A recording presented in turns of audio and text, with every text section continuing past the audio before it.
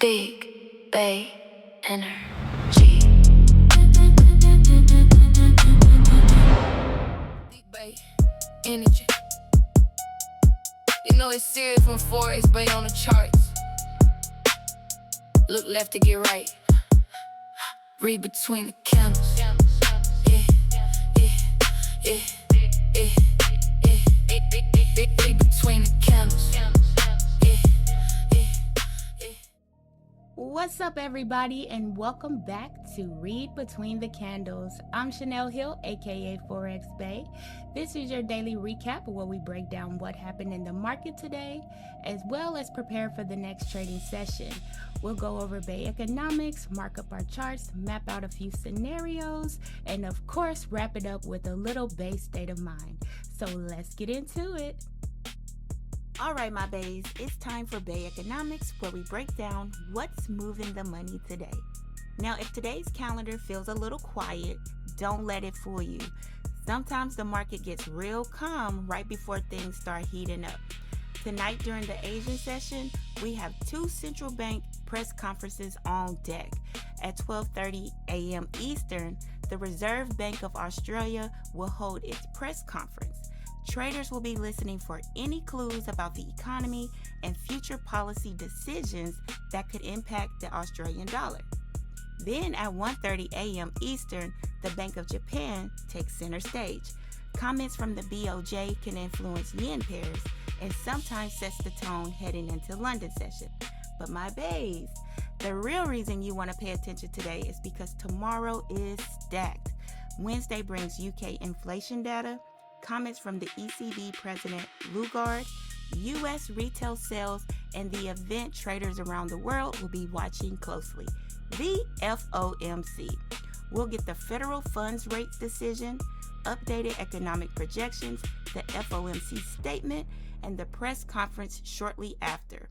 In other words, volatility may be checking into the chat. So what's today's game plan?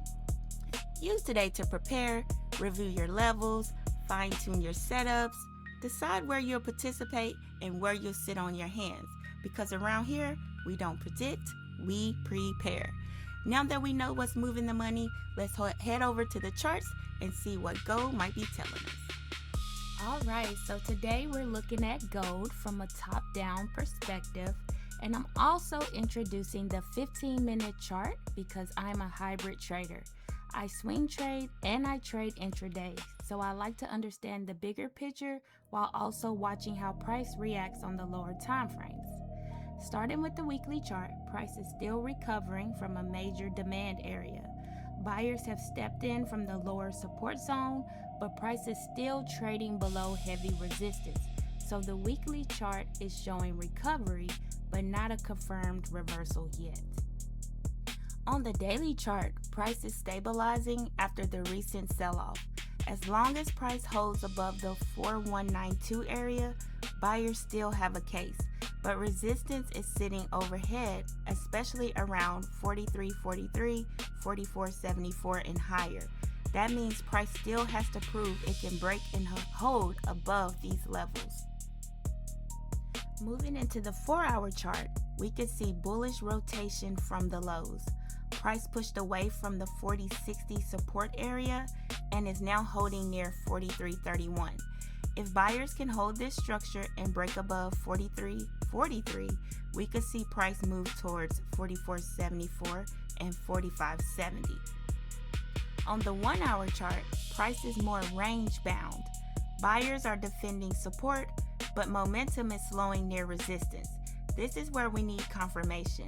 A clean break above 43.43 could support more upside, but rejection from this area could send price back towards 41.92. Now, on the 15-minute chart, price is consolidating near the current zone. This is why lower time frames matter for intraday traders.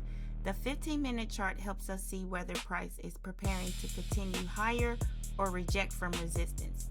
Key resistance levels I'm watching are 43.43, 44.74, 45.03, 45.44, and 45.70.